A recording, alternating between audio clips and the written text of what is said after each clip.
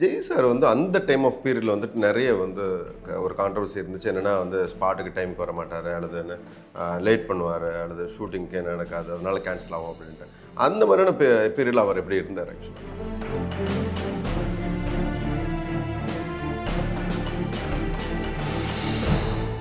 சிவா சாரோடைய கேரக்டர் வந்துட்டு ஒரு ரிவ்யூவர் கேரக்டர். அதை எதை வச்சு ஸ்கெட்ச் பண்ணிங்கன்னு கொஞ்சம் தெரிஞ்சுக்கலாம். அப்போ யார் யார் ரிவ்யூ பண்ணாங்களோ அவங்களாம் தான் முக்கியமாக.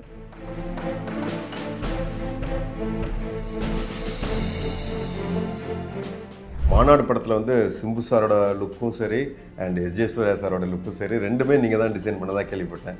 அது எப்படி இருந்துச்சு அந்த அனுபவம்? எனக்கு மைண்டில் முஸ்லீம்ஸாக என்னென்ன ஒரு டிப்பிக்கல் ஒரு டர்க்கியில் இருக்கிறவங்க,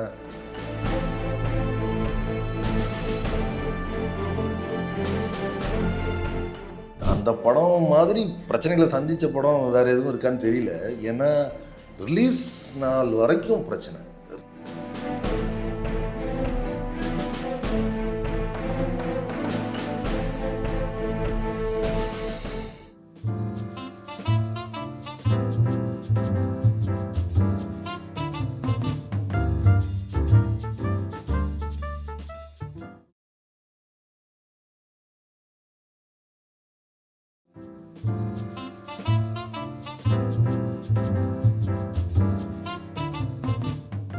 சென்னை 28 ஃபஸ்ட் பார்ட்டில் வந்து பார்த்திங்கன்னா எல்லாருமே ஆர்டிஸ்ட்டாக இருந்தாங்க. ஆனால் சென்னை 28 இரண்டாம் பாகத்தில் வந்து பார்த்திங்கன்னா அவங்களாம் வந்து ஹீரோ ஆகிட்டாங்க, பாதிக்கு பாதி பேர் அப்படின்னு சொல்லலாம். ஸோ அந்த தருணத்தில் அவங்கக்கிட்ட ஏதாவது சேஞ்சஸ் பார்த்தீங்களா? இவங்களோட எடுக்கிற சீன்ஸ், அதாவது சென்னை 28 பார்ட் 1 நடித்தவங்களோட பார்ட் 2 அவங்கள வச்சு எடுக்கிற சீன்ஸ் எதுக்குமே வந்து சீன் பேப்பர் வந்து இருக்காது.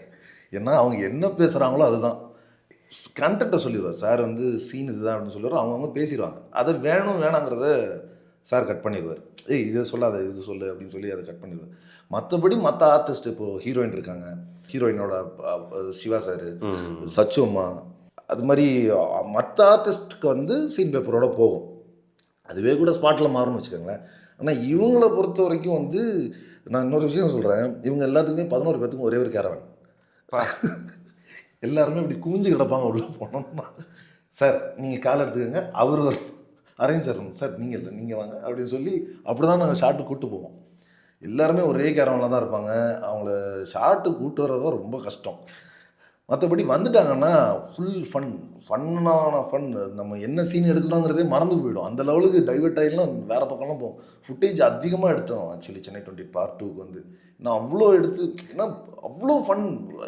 சிவா சார்லாம் வந்துட்டு இம்ப்ரூவ் பண்ணி போயிட்டே இருப்பார். ஏதாச்சும் ஒன்று போனோன்னா அதுக்கு ஒரு கவுண்டர் போட்டு அதை டெவலப் பண்ணி போயிட்டே இருக்கும். சீனே மாறி போயிடும். அதெல்லாம் வந்து கொஞ்சம் கண்ட்ரோல் பண்ணி இழுத்து பிடிச்சி பண்ணது. அந்த படம் பண்ணுறப்போ வந்துட்டு எல்லாருமே வந்து நான் பண்ணுவேன், நான் அந்த படத்தில் இருப்பேன்னு சொல்லிலாம் உரிமையாக வந்து கேட்டு இது பண்ணிட்டேன். குறிப்பாக மகத்தை சொல்லணும். நான் என்ன பண்ணுவீங்களோ தெரியாது, நான் அந்த படத்தில் இருப்பேன் அப்படின்னு சொல்லிட்டு வந்து இது பண்ணிட்டாரு. அவர் வேறு மதுரை ஸ்லாங்கில் பேசணும் அப்படின்னு சொல்லி அவருக்கு வந்து ட்ரைனிங் கொடுக்கறதுக்கு நாங்கள் ரொம்ப முயற்சி பண்ணோம். கடைசி வரைக்கும் அவர் வரல, ஏன்னா ரொம்ப பிஸியாக இருந்தார். வரணுங்கிறது ஆனால் ஃபோனில் கேட்டு இந்த ஸ்லாங் எப்படி அதெல்லாம் பண்ணியிருந்தார். ஸ்பாட்டுக்கு போய் சார் ஒரு மதுரை ஸ்லாங் பேசணும் சார், என்ன சார் பண்ண போகிறோன்னு. அவன் பேர் ஊமையன், அவனுக்கு பேச்சே வராது, அவன் ஊமை கேரக்டர் அப்படின்ட்டாரு. அதுவும் வந்து படத்துக்கு ஒரு பெரிய ப்ளஸ்ஸாக ஒரு ஃபன் மொமெண்ட்டாலாம் நிறையா இருந்தது. மற்றபடி வந்து ஹீரோயின் விஜயலட்சுமி மேடம், அவங்க மற்ற ஹீரோயின்ஸு, இவங்க எல்லாத்துக்குமே வந்து அந்த சீக்குவலோட இது இருக்கணும் அப்படிங்கிறதுல ரொம்ப மெனக்கெட்டு அதெல்லாமே சூப்பராக பண்ணாங்க எல்லாத்துக்குமே. ஏடிஸ்க்கு அது ஒரு பெரிய எக்ஸ்பீரியன்ஸு, புது எக்ஸ்பீரியன்ஸு. இவங்க எல்லாத்துக்குமே வந்து ஒரு கெட் டுகெதர் மாதிரியான ஒரு ஃபங்க்ஷன் தான் அது. ஜெய் சார் வந்து அந்த டைம் ஆஃப் பீரியடில் வந்துட்டு நிறைய வந்து ஒரு கான்ட்ரவர்சி இருந்துச்சு. என்னென்னா வந்து ஸ்பாட்டுக்கு டைமுக்கு வர மாட்டார், அல்லது என்ன லேட் பண்ணுவார், அல்லது ஷூட்டிங்க்கு நடக்காது, அதனால கேன்சல் ஆகும் அப்படின்ட்டு. அந்த மாதிரியான பீரியடில் அவர் எப்படி இருந்தார் ஆக்சுவலாக? கேமராக்காக சொல்ல அந்த மாதிரிலாம் கிடையாது.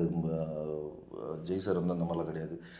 நீங்கள் இப்போ நான் மற்ற டீமோட வேறு படம் நடிச்சிருக்காரு இல்லையா, அவங்கள எப்பயாச்சும் மீட் பண்ணுறப்ப அப்படி அவங்க என்ன சொல்லுவாங்கன்னா, நல்ல ஆர்டிஸ்ட், நல்ல ஒரு டெடிக்கேட்டடான ஆர்டிஸ்ட்டு, வேஸ்ட் பண்ணக்கூடாது ஜெய் அப்படின்னு தான் சொல்லுவாங்க. அந்தளவுக்கு வந்து ரொம்ப சின்சியராக இருப்பார்.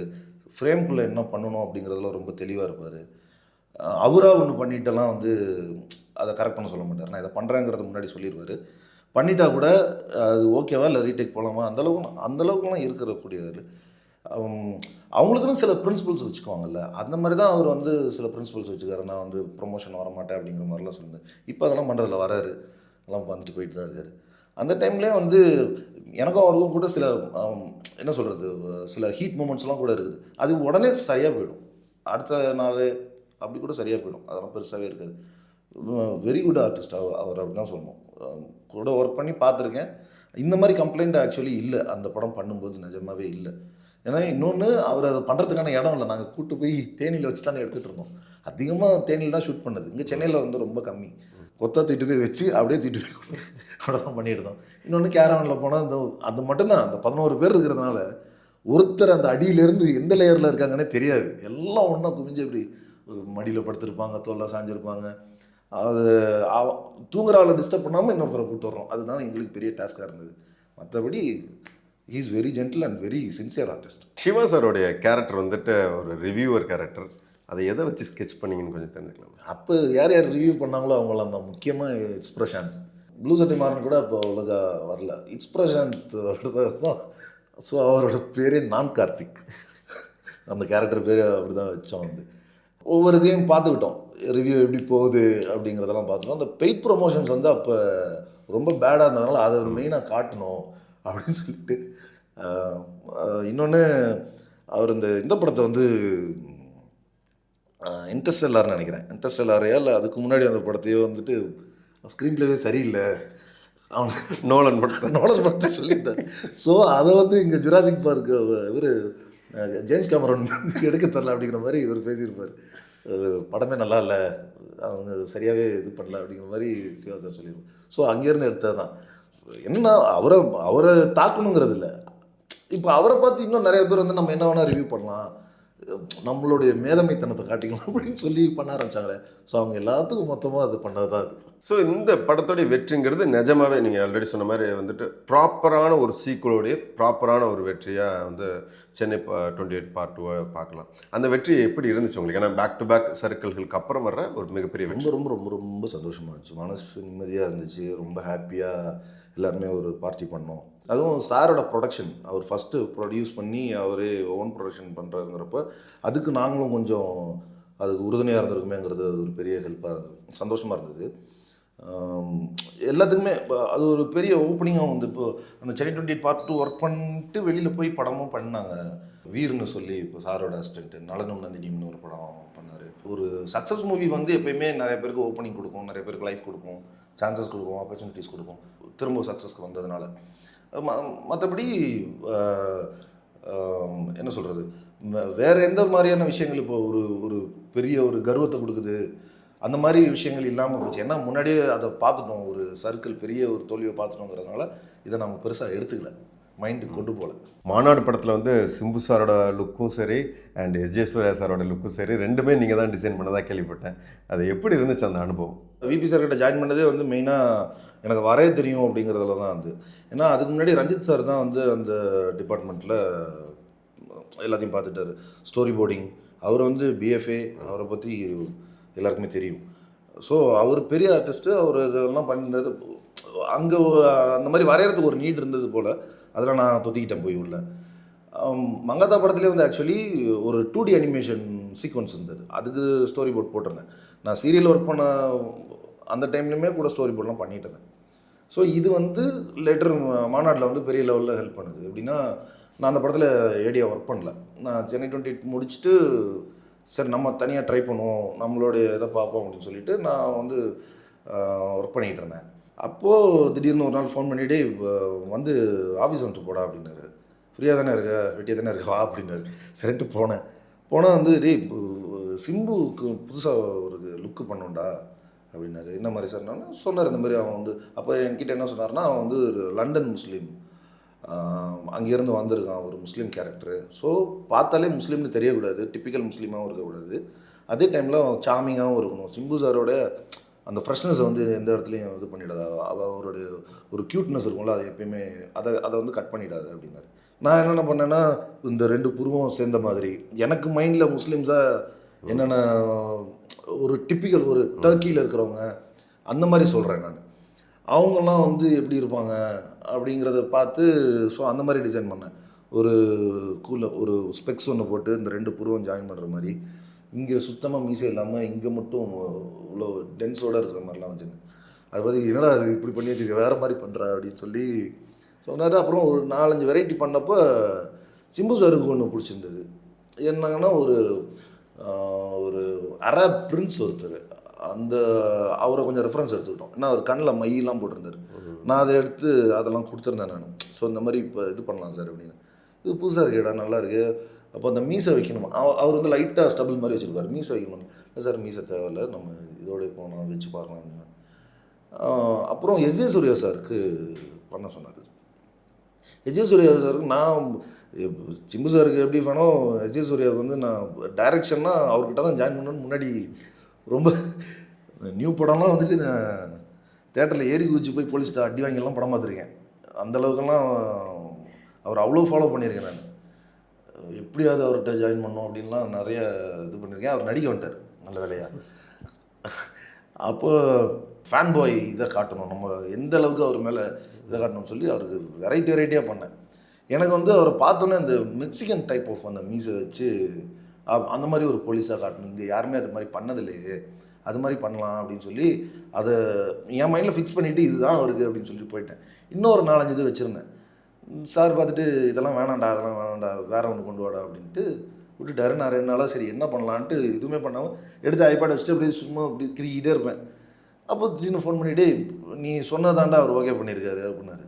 தெரியும் சார், இதுதான் ஓகே ஆகும் தெரியும் அப்படின்னு சொல்லிட்டு அதை விட்டாச்சு. அப்புறம் ஷூட் ஆரம்பித்தோடனே ஸ்டோரி போர்டிங் பண்ணுவோம்டா வாடா அப்படின்னு சொல்லி கூப்பிட்டாரு. கிட்டத்தட்ட ஷூட்டிங் எல்லாமே முடிஞ்சிருச்சு. இன்னும் இதுக்கு மேலே என்ன ஸ்டோரி போர்டிங் பண்ண போகிறாங்க அப்படின்னு சொல்லிட்டு கூப்பிட்டா சுரேஷ் காமேசி சார் ப்ரொடியூசர் வந்து இதில் உட்லண்ட்ஸில் ஒரு ரூம் எனக்கு போட்டு கொடுத்து 10 நாள் என்ன அங்கேயே போட்டு வரேன் சொல்லி எனக்கு அப்போ தான் வந்து கதை என்ன ஏது என்னன்னு எனக்கு அப்போ தான் புரியுது. அதை புரிஞ்சுக்கிறதுக்கே எனக்கு ஒரு 2 நாள் ஆச்சு. ஏன்னா லூப்புன்னு சொல்கிறாங்க, இது சயின்ஸ் ஃபிக்ஷன்னு சொல்கிறாங்க, இது நார்மலான மித் கிடையாது அப்படின்னு சொல்கிறாங்க. எனக்கு புரியவே இல்லை. ஸோ அப்புறம் கோடைரக்டர்ஸ் வீரும் பிச்சுமணி சாரும் உட்காந்து என்னென்ன வரப்போகுது அப்படிங்கிறத ஃபுல்லாக எக்ஸ்பிளைன் பண்ணாங்க. அதெல்லாம் எக்ஸ்பிளைன் பண்ணதுக்கப்புறம் 10 நாள் கொடுத்துருந்தாங்களா, நான் வந்து 7 நாளில் முடிச்சு கொடுத்தேன். நானும் ஒரு ஃப்ரெண்ட். விபி சார் வந்து பார்த்து, ரிச்சர்ட் சார் பார்த்து, எல்லாருமே உமேஷ் சார் ஆர்ட் டைரக்டர், இவங்க 3 பேருமே வந்து பார்த்து எல்லாமே ஓகே சொன்னதுக்கப்புறம் தான் அந்த ஃபைனல் ஆகி போனது. ஷூட்டிங் பார்த்தப்போ ஒரு சின்ன ஷாக் இல்லை, பெரிய ஷாக்கு தான். ஏன்னா ஸ்டோரி போர்டு இல்லாமல் ஷூட் பண்ணிக்கிட்டு இருக்காங்க. ஸ்டோரி போர்டு இல்லாமல் ஷூட் பண்ணுறாங்களே, அப்போ வரைஞ்சதெல்லாம் வேஸ்ட்டாக, படத்தில் வராதா அப்படின்னு சொல்லி பார்த்தா நான் என்னென்ன வரைஞ்சனோ அது எல்லாமே அப்படி இருக்குது. ஏன்னா அது எல்லாமே விபி சார் மைண்டில் இருக்குது. அவருக்கு அந்த பேப்பர் தேவையில்லை, அதை அப்படியே வச்சு அவர் எடுத்தார். அவரும் வந்து 15 டேஸ் போட்ட ஸ்கெடியூலில் 7 டேஸில் முடிச்சிருந்தார் அந்த மாநாடு சீக்வன்ஸ் மட்டும். நான் அந்த மாநாடு நடக்கிற சீக்வன்ஸ் மட்டும் தான் பண்ணியிருக்கேன். அதுக்காக தான் பண்ணேன். அது வந்து பெரிய லெவலில் வந்து ரெக்கக்னிஷன் கொடுத்தது. ஸ்டேஜ்லேயுமே எனக்கு வந்து அதை வந்து என்ன எல்லோரும் முன்னாடியும் வந்து அதை அனௌன்ஸ் பண்ணார். அது ஒரு பெரிய எக்ஸ்பீரியன்ஸ். இன்னொன்று மாநாட்டில் நடிச்சிருப்பேன் நான். அதில் அந்த இது சாங்லலாம் வருவேன். இல்லை சிம்பு சாரோட ஒரு ஃபைட்டு போலீஸ் கெட்டப்பில் இருப்பேன். கிருபா எஸ்ஐ ஓகே ஒரு செகண்ட் ஹாஃபில் வரும் அந்த ஃபைட்டு. ஓகே ஸோ அந்த மாநாட்டில் நான் ஒர்க் பண்ணலன்னாலும் இந்தளவுக்கு எனக்கு கான்ட்ரிபியூட் பண்ணுறதுக்கு ஒரு பெரிய ஸ்பேஸ் கிடச்சிது. ஸோ இந்த படத்தில் வந்துட்டு ஒர்க் பண்ணலான்னு உங்களுக்கு வந்து நூக்கன் காண தெரியும். ஆனால் அந்த படம் மிகப்பெரிய நிறைய பிரச்சனைகளுக்கு நடுவில் நடந்த படம் இல்லையா? ஸோ அந்த இஷ்யூலாம் தெரியும். அந்த படம் மாதிரி பிரச்சனைகளை சந்தித்த படம் வேறு எதுவும் இருக்கான்னு தெரியல. ஏன்னா ரிலீஸ் நாள் வரைக்கும் பிரச்சனை. ரிலீஸ் டேட் கொடுத்து அதாவது இன்றைக்கி ரிலீஸ்ன்னு சொல்லி ஜனங்க போய் நிற்கிறாங்க. அப்போயுமே பிரச்சனை, கேடிஎம் கிடைக்கலன்னு சொல்லி 9 o'clock தானே ரிலீஸ் ஆச்சு படம், ஏர்லி மார்னிங் ஷோ இல்லை. ஏன்னா ஆரம்பித்ததுலேருந்தே அவ்வளோ பிரச்சனைகள். சிம்பு சாருக்கும் ப்ரொடியூசருக்கும் பிரச்சனை, ப்ரொடியூசருக்கும் விபி சாருக்கும் பிரச்சனை. அது மாதிரி என்ன சொல்கிறது, டிஸ்ட்ரிபியூட்டர்ஸ் வந்து ஷூட்டிங் போயிட்டு இருக்கும்போதே டிஸ்ட்ரிபியூட்டர்ஸ் வந்து திடீர்னு ஒரு போர்க்கொடிக்கு தூக்குறாங்க. அவர் இன்னொரு படம் பண்ணுறாரு வெங்கட் பிரபு சார், அது எப்படி சாத்தியமாகும் அப்படிங்கிற மாதிரி நிறைய இஷ்யூஸ் போயிட்டு இருந்துச்சு. இது எல்லாத்தையும் தாண்டி தான் இன்னொன்று ரிலீஸ் டேட்டு ப்ரொடியூசரே அனௌன்ஸ் பண்ணி அவரே வந்து இல்லை அப்படின்னு சொல்லி அது ஒரு பெரிய இதாச்சு, ஒரு குழப்பத்தை உண்டு பண்ணிச்சு ரசிகர்கள் மத்தியில்.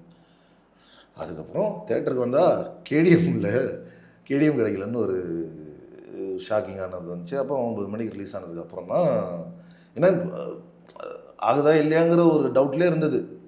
இருந்தாலும் தேட்டர்லேயே இன்னும் வெயிட் பண்ணிட்டு இருந்தது. அப்புறம் 9 மணிக்கு ரிலீஸ் ஆனது தான் எங்கே ரிலீஸ் ஆயிருக்குன்னு அப்படி போய் படம் பார்க்க வேண்டிய ஒரு இது ஆச்சு. அந்த படம் அவ்வளோ பிரச்சனைகள். இன்னொன்று சொல்லப்போனால் சிம்பு சார் வெயிட் லாஸ் பண்ணி இதுவே வந்து அதை வந்து ரீஷூட் பண்ணுறதா இல்லை என்ன பண்ணுறதுங்கிறதுலாம் பார்த்தீங்கன்னா தெரியும். அதெல்லாம் சிஜியில் ஸ்குவீஸ் பண்ணி அதை பண்ணியிருப்பாங்க. சில இடங்களில் மட்டுமே வந்து ஒரு மூமெண்ட் இருக்கிற ஷாட்ஸில் மட்டுமே வந்து அவருடைய ஃபேஸ் வந்து ஒரு டிஸ்டார்ட் ஆகிறது தெரியும். மற்றபடி பார்த்திங்கன்னா எல்லா இடத்துலையுமே அது வந்து சூப்பராக பண்ணியிருப்பாங்க. நல்ல ஒர்க் அது. நல்லாவே அவரோட இப்போ இருக்கிற பாடிக்கு ஏற்ற மாதிரி அவர் கொஞ்சம் குண்டாக இருந்த பாடியை இது பண்ணலாமே ஓரளவுக்கு நல்லா பண்ணியிருப்பாங்க. சிம்பு சாரோட பணியாற்ற அனுபவம் எப்படி இருந்துச்சு? இது எல்லாமே வந்து நம்மளுக்கு சின்ன வயசுலேருந்து இருக்கிற ஏதோ ஒரு கனெக்ஷன் வந்து இருந்துக்கிட்டே இருக்குது. நான் ஃபஸ்ட்டு டான்ஸ் ஆடினது வந்து சிம்பு சாரோட சாங் தான். I am a little star, ஆவன் அண்ட் சூப்பர் ஸ்டார். அவரை மாதிரியே பார்த்து தான் பண்ணுவேன். எப்படி ரஜினி சார் வந்து அவர் பெரிய இதுவோ நம்ம ஏஜுக்கான ஒரு ஐக்கான் வந்து சிம்பு தான் அப்படின்னு சின்ன வயசுலேருந்தே நிறைய பேர் நான் பார்த்த சில இதெல்லாம் வந்து அதில் சிம்பு சார் கவனிச்சிருப்பாங்க. தெரியும், ஒரு குட்டி பையனாக மைக்கேல் ஜாக்சன் டான்ஸ் ஆனதெல்லாம் நான் பார்த்துருக்கேன். அவர் ஸ்டேஜில் வந்து அந்த மூணு வாக்கெல்லாம் செம்மையாக பண்ணியிருப்பார். அது மைக்கேல் ஜாக்சன் மாதிரியான காஸ்டியூமு அதெல்லாம் போட்டு குட்டி பையனாக பண்ணுவார். அவர் மாதிரி வரணுங்கிறதான் எனக்கு ஒரு இன்ஸ்பிரேஷன். சிம்பு மாதிரி டான்ஸ் ஆடணும், சிம்பு மாதிரி எனர்ஜியாக இருக்கணும், சிம்பு மாதிரி இது பண்ணணும் அப்படின்னு சொல்லி தான் எனக்கு ஒன்று ரஜினி இல்லை சிம்பு இப்படி தான் இருக்கணும் நம்ம அப்படிங்கிறதான் எனக்கு குட்டி ரொம்ப சின்ன வயசுலேருந்தே இது இருந்தது.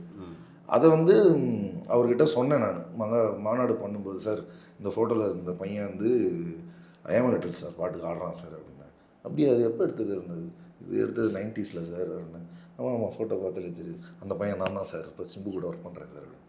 ஓ சூப்பரில் பாரு, ஒரு கால சுழற்சி வந்து எங்கே கொண்டு வந்து நிறுத்துது அப்படின்னு சொல்லி, நீ ஆசைப்பட்டியா அதுக்கு அப்படின்னு கேட்டார். அதாவது இந்த மாதிரி இடத்துக்கு வரணும்னு நீ ஆசைப்பட்டேன். இருந்துச்சு சார் மைண்டில், அதுக்கு நான் ஒர்க் பண்ணனான்னு தெரியாது, ஆனால் கொண்டு வந்து நிறுத்திடுச்சு அப்படின்னு சொன்னேன். சூப்பர் அந்த இதெல்லாம் சொன்னார். கேட்டம் நல்லா பண்ணியிருந்தேன், எனக்கு பிடிச்சிருந்துச்சி பார்த்தோன்னே, நல்லா பண்ணியிருந்தேன் அப்படின்னு சொன்னார். அப்புறம் கூட நடிக்கிறப்ப தான் கொஞ்சம் அவரை கொஞ்சம் டார்ச்சர் பண்ணிட்டேன். என்னென்னு அந்த மாநாடு நடிக்கிறப்ப ஒரு ஷாட் வந்து அவர் என்னை அப்படி பெண்ட் பண்ணி என் முதுகில் கை வச்சு இப்படி ஜம்ப் பண்ணி அடிச்சுட்டு திருப்பி வந்து இப்படி குனிஞ்சிருக்கிற எனக்கு ஒரு கிக் அடிக்கணும். அந்த டைமிங்கில் என்னாச்சுன்னா நான் குனிஞ்சே நின்றுட்டேன். ஸோ கிக் பண்ணுறப்போ என் மண்டையில் சரியான அடி. எனக்கு தலையில் அடி, இது மண்டை தானே, அவருக்கு முட்டியில் அடி, லெஃப்ட் லெக்கில் செம்ம அடி, காலில் ஒரு அந்த அப்படி உதச்சிட்டு அப்படி நின்ட்டார். அதை வந்து ஷூட்டிங் முடிஞ்சு படம் ரிலீஸ் ஆகி பார்க்குறப்பலாம், டேய் உன்னால் என் கால் என்ன அவதிப்பட்டு தெரியுமாடா. மகத் வந்து எனக்கு முன்னாடி தெரியுங்கிறதுனால மகத் வந்து பிரின்ஸ் தெரியுமா உனக்கு அப்படின்னு, அவன் என்ன அடிச்சிட்டானே அப்படின்ட்டார் டக்குன்னு. மகத் என்ன கேட்டார்னா, பிரின்ஸ் அடிச்சியாமே அப்படின்னு. இல்லை, அவன் தான் என்ன அடித்தான் அப்படின்ட்டு சொன்னார் சிம்பு. அது என்னது, இந்த சின்ன வயசுலேருந்து பார்த்து வளர்ந்த ஒரு ஆள் கூட வந்து நம்ம, ஏன்னா தம் படத்தில் வந்த மாதிரி அந்த கயிறுக்காகலாம் வந்து அந்த வயர் அதுக்காக பிரித்து அலசியிருக்கோம் நாங்கள். எங்கள் ஸ்கூல் ஸ்டூடெண்ட்ஸ் வந்து அது கிடைக்கவே இல்லை கடைசி வரைக்கும். அப்புறம் சென்னையிலேருந்து யாரோ வாங்கிட்டு வராங்கன்னு சொல்லி அதை கேட்டு அந்த பிளேடு மாதிரி ஒன்று போட்டிருப்பாரு, இந்த மார்க் எல்லாமே அவரை பார்த்து தான் பண்ணது. அப்புறம் மன்மதன் படம் வந்தப்போலாம் வந்து பயங்கர யாரையாச்சும் சும்மா கட்டி பிடிச்சாலே அப்படி மூக்கு இது பண்ணுறது. அப்புறம் ஏன்னா அவர் வந்து ஒரு வெர்சடைலான ஒரு ஆள், வெட்டரன், எல்லாமே தெரியும், எல்லாத்துலேயுமே வந்து ஒரு மாஸ்டர். பாடுவார், எழுதுவார், டான்ஸ் பண்ணுவார், நடிப்பார், டைரக்ட் பண்ணுற எல்லாமே அப்பா டிஆர் மாதிரி தானே. ஸோ அது கூட அவர் கூட ஒர்க் பண்ணுவோமாலாம் நினச்சி பார்க்கல, அது நடந்துச்சு. அதுவும் விபி சாரால் தான் நடந்துச்சு. அது ஒரு பெரிய பெரிய சந்தோஷம். அவர் கூட இன்ட்ராக்ட் பண்ணது எல்லாமே சொல்லியிருக்கேன். என்னெல்லாம் சொல்லி அவரை வச்சு லிங்க் பண்ணி என்னென்னலாம் கலாய்ப்பாங்க அதெல்லாம் கூட நான் சொல்லியிருக்கேன். அதெல்லாமே வந்து ஹாப்பியாக அதை கேட்டுக்கிட்டு ரொம்ப பொலைட்டாக ரெஸ்பாண்ட் பண்ணார் சிம்பு. ஸோ அந்த படத்துடைய வெற்றிக்கு அப்புறம் வந்துட்டு உங்களுக்கு வந்து தொடர்ந்து நிறைய ஆப்பர்ச்சுனிட்டிஸ் கிடச்சது இல்லையா? அந்த ஸ்டோரி போர்டு வரைகிறதுக்கெல்லாம் அல்லது அந்த கேரக்டர் ஸ்கெட்ச் வரைகிறதுக்கெல்லாம் அந்த பயணம் எப்படி அமைஞ்சது? அங்கே ஸ்டேஜில் சார் சொன்னதுக்கு அப்புறமே ஒரு கிட்டத்தட்ட ஒரு 10-15 பேர் வந்து என்னுடைய கான்ட்ராக்ட் வாங்கிட்டு போய், அதில் ஒரு 15 பேர் வாங்கினாங்கன்னா ஒரு 10 பேர் வந்து கூப்பிட்டாங்க. ஆடு, அப்புறம் அவங்களுடைய ஷார்ட் ஃபிலிம்ஸு, பைலட் ஃபிலிம்ஸு, இன்னொன்று அவங்களுடைய இந்த பிச் டெக்குக்கு வந்து போஸ்டர் டிசைன் மாதிரி ரேப்பர் அது பண்ணணும், அந்த மாதிரிலாம் சொல்லி கேட்டாங்க. அது மாதிரி எக்கச்சக்கமாக வந்தது. நிறைய டைம் கிடைக்காத அளவுக்கு எல்லாமே வந்து நிறையா வந்தது. அதுக்கு மாநாடு வந்து ஒரு பெரிய ரெகக்னிஷன் கொடுத்தது. அது ஒரு ஃபஸ்ட்டு படத்தில் வந்துட்டு ஒர்க் பண்ணும்போது வந்துட்டு ஒரு மியூசிக் டைரக்டர் போயிட்டு பேசுறதுக்குன்னு பெரிய ஆப்பர்ச்சுனிட்டிஸ் எல்லாம் இருந்திருக்காது. பட் தொடர்ந்து யுவன் சார் தான் வந்து நம்மளுக்கு மியூசிக் டைரக்டர் அப்படிங்கும்போது அவரோட இன்ட்ராக்ஷன் எதாவது அமைஞ்சது? யுவன் சார் வந்து மோஸ்ட் ஃபேவரட். நான் வந்து வெறியன், யுவன் வெறியன். நான் ராஜா சார் அவருக்கு பக்தன்னா இவருக்கு நான் வெறியன். ஃபஸ்ட்டு யுவன் சார் வந்து இன்ட்ரோ பண்ணுறாரு, ஷூட்டிங் வந்திருந்தார் யுவன் சார். அப்போ சார் இன்னும் இன்ட்ரோ சொல்லுங்கள் சார், நான் ஏடி என்ன படத்தப்போ மங்காத்தால தான். ஓகே, சொல்லுங்கள் சார் இருடா நம்ம யுவன்ரா இருடா. இப்போ யுவன் ஏடிப்பா அவங்கெல்லாம் அவன் ஃபேனாப்பா சொல்லிட்டேன்ப்பா அப்படின்ட்டு என்ன சொன்னேன். அவ்வளோதான். அதுக்கப்புறம் வந்து பிரியாணி படம் பண்ணுறப்ப நான் அவருடைய 100th மூவி இல்லையா அது. ஸோ அவருடைய 100 மூவிஸையும் வச்சு ஒரு டைப்போகிராஃபியில் அவரோட இமேஜை வரைஞ்சி அவர்கிட்ட கொடுக்கணுன்னு ரொம்ப ஆசையாயிடுச்சு எனக்கு. ஏன்னா ஒரு என்ன சொல்கிறது, ஒரு யூத் ஐகான். பல படங்கள் வந்து அவருடைய மியூசிக்கால் தான் வந்து ஹிட் நம்ம காலகட்டம் 90s. ஆமாம். அப்படி இருக்கிறப்ப இப்படி ஒருத்தன் வந்து 100வது படம் பண்ணுறான், அவனுக்கு வந்து நம்ம ஏதாவது கொடுக்கணும், நம்மளோட ஏதோ ஒன்று அப்படின்னு ஒரு கலைஞனாக வந்து கலைஞனாக ரசிகனாக வந்து ஒரு இதை கொடுக்கணுன்னு ரொம்ப ஆர்வம். அதனால் அதை பண்ணேன் நான். அது பண்ணி சார்கிட்ட சொன்னேன். சரி நீ போய் கொண்டு போய் கொடுறா நான் சொல்கிறேன் அவர்கிட்ட அப்படின்னு சொன்னோன்னே பிரசாத் ஸ்டுடியோ போயிட்டேன். போனால் யுவன் சார் வந்தார். பிரின்ஸ் தானே வாங்க உள்ளே வாங்க அப்படின்னு சொல்லி கூப்பிட்டு போனார். சார் நான் விபி தான் ஏன் இன்னும் அப்படின்னு சொல்லிட்டு அன்னைக்கிலேருந்து இன்னை வரையும் என்னை நல்லா ஞாபகம் வச்சுருக்காரு. எங்கே பார்த்தாலும் பேசுவார். நான் அவரோட பெரிய ஃபேனுங்கிறது அவருக்கு நல்லாவே தெரியும். அவர் அடிக்கடி வரைவேங்கிறதெல்லாம் தெரியும். அவங்க இதில் நெட்டில் பார்க்கலன்னா கூட நேரில் பார்க்குற காட்டுவேன். அதுக்கெல்லாம் ரொம்ப எக்ஸைட் ஆவார். சூப்பர்யா நல்லா பண்ணியிருக்க மாதிரி. மலேசியாவில் ஒரு ஈவெண்ட் நடந்தது. அந்த ஈவெண்ட்டில் விபி சார் தான் டைரக்ட் பண்ணார். கிங் ஆஃப் கிங்ஸ்ன்னு சொல்லி ராஜா சாரோட ஷோ. அதுக்கு நான் இங்கே எல்லாத்தையும் கூப்பிட்டு போயிருந்தார். என்னுடைய ஃபஸ்ட்டு ஃபாரின் ட்ரிப்பும் அதுதான். எங்கள் ஏடிஸ் எல்லாத்தையுமே அதில் ஒர்க் பண்ணுறதுக்கு கூப்பிட்டு போயிருந்தார். அப்போ வந்து யுவன் சாரோட பாஸ்போர்ட் என்கிட்ட இருந்துச்சு. பாஸ்போர்ட்டை வந்து நான் வாங்கிட்டு திருப்பி வெரிஃபை இது கொடுத்துட்டு திருப்பி கொடுத்துட்டேன் அவங்கள்ட்டே. அவங்க வந்து அது நாங்கள் வாங்கிட்டோங்கிறத சொல்லலை. பிரின்ஸ் கிட்ட இருக்குது பாஸ்போர்ட்டுன்னு. 32 ஃப்ளோர் நினைக்கிறேன். நாங்கள் வந்து 8வது ஃப்ளோரில் ஏறுறோம். இந்த 32 ஃப்ளோர் போகிற வரைக்கும் அவருக்கு போர் அடிக்குது. பாஸ்போர்ட்டுங்க சார் நான் கொடுத்துட்டேன் சார். சரி அப்படின்ட்டு ஒரு 2 ஃப்ளோர் தாங்கினேன். பாஸ்போர்ட்டுங்க இப்படியே நான் போட்டு அந்த 30s அந்த ஃப்ளோர் வர வரைக்கும் என்னை போட்டு பாடாப்படுத்தினார். எனக்கு ஐயோ ஏன் இப்படி பண்ணுறது, வேறு யாருமே இல்லையா லிஃப்ட்டில், யாருமே இல்லை. ஸோ அவருக்கு பேசுகிறதுக்கு போர் அடிக்குது. பாஸ்போர்ட்டுங்கய்யா உன்ட்ட தானே கேட்டேன் பாஸ்போர்ட். 2nd ஃப்ளோர்லேயும் இது தான் சொன்னேன், நீ 14th ஃப்ளோர்லேயும் தான் சொல்கிறேன் பாஸ்போர்ட்டுங்க. இப்படியே போட்டு பயங்கரமாக கலாய்ச்சிட்டு இருந்தார். ஆனால் எங்கேயும் பார்த்தா இன்னும் நான் பல கெட்டப்புகள்லாம் மாறுவேன். ஆனாலும் என்னை அடையாளம் கண்டுபிடிச்சி கூட்டத்தில் இருந்தாலும் என்னை பார்த்து பேசுகிறாருங்கிறது எனக்கு பெரிய பெரிய சந்தோஷம். அது ஒரு பெரிய ஃபேன் பாய் மூமெண்ட் தான் அது.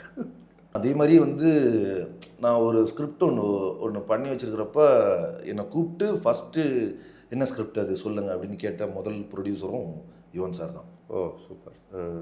ஓகே, என்ன சொன்னார் கதையை கேட்டு? நல்லா இருக்குயா. இப்போ சிஜி ஒர்க் நிறையா இருக்கும் போல இருக்குது. ஏன்னா நான் சொன்னது வந்து ஒரு ஃபேண்டசி ஸ்டோரி. எப்படி சொல்கிறதுன்னா சொல்லலாம்னு நினைக்கிறேன். அது வந்து ஒரு மர்மெய்டை பற்றி.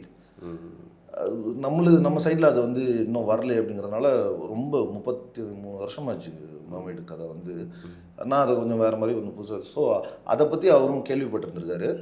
ஸோ அது என்னன்னு கொஞ்சம் சொல்கிறீங்களா, நான் சும்மா கேட்குறேன், அதுக்கு ஓகேண்ணா உங்களுக்கு சொல்லுங்கள் அப்படின்னு. தாராளமாக சொல்கிறேன் சார்னு சொல்லிட்டு போய் சொன்னேன். 15 மினிட்ஸில் சொல்ல முடியுமா அப்படின்னாரு. நான் சொன்னது ஒரு கிட்டத்தட்ட 1 மணி நேரத்துக்கிட்ட சொன்னேன். ஆனால் 1 மணி நேரமும் வந்து அந்த ஃபோன்லாம் எடுக்காமல் அப்படியே உட்காந்து அப்படியே தான் கேட்டுட்டு இருந்தார். அது எனக்கு ரொம்ப சந்தோஷத்தை கொடுத்தது. அது நடக்குதோ நடக்கலையோ, பட் நம்மளை மதித்து ஒருத்தர் கேட்குறாருங்கிறது அது ஃபஸ்ட்டு யுவனாக இருந்தது எனக்கு பெரிய சந்தோஷம். ஸோ வெங்கட் பிரபு சார் தன்னுடைய அசிஸ்டன்ட் டைரக்டர்ஸை எப்படி ட்ரீட் பண்ணுவார்? சும்மா கேமராவுக்காக தான் அவங்க இருக்காங்களோ, பேட்டியில் மட்டும்தான் வந்து ஜாலியாக இருக்கிறதா போதும்.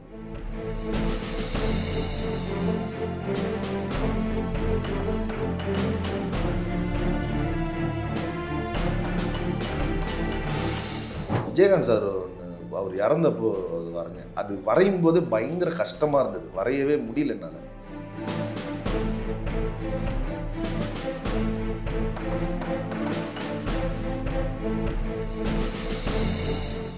சிவராஜ்குமாரோட இது இருக்குது, அது இப்போயே ப்ரிப்பேர் பண்ணிக்கோ அப்படின்னு சொல்லி கொடுத்தாரு. அந்த நந்தினி ஆடு அதில் என்ன விஷயம்னா அதில் வந்து புனித்து இருப்பார்.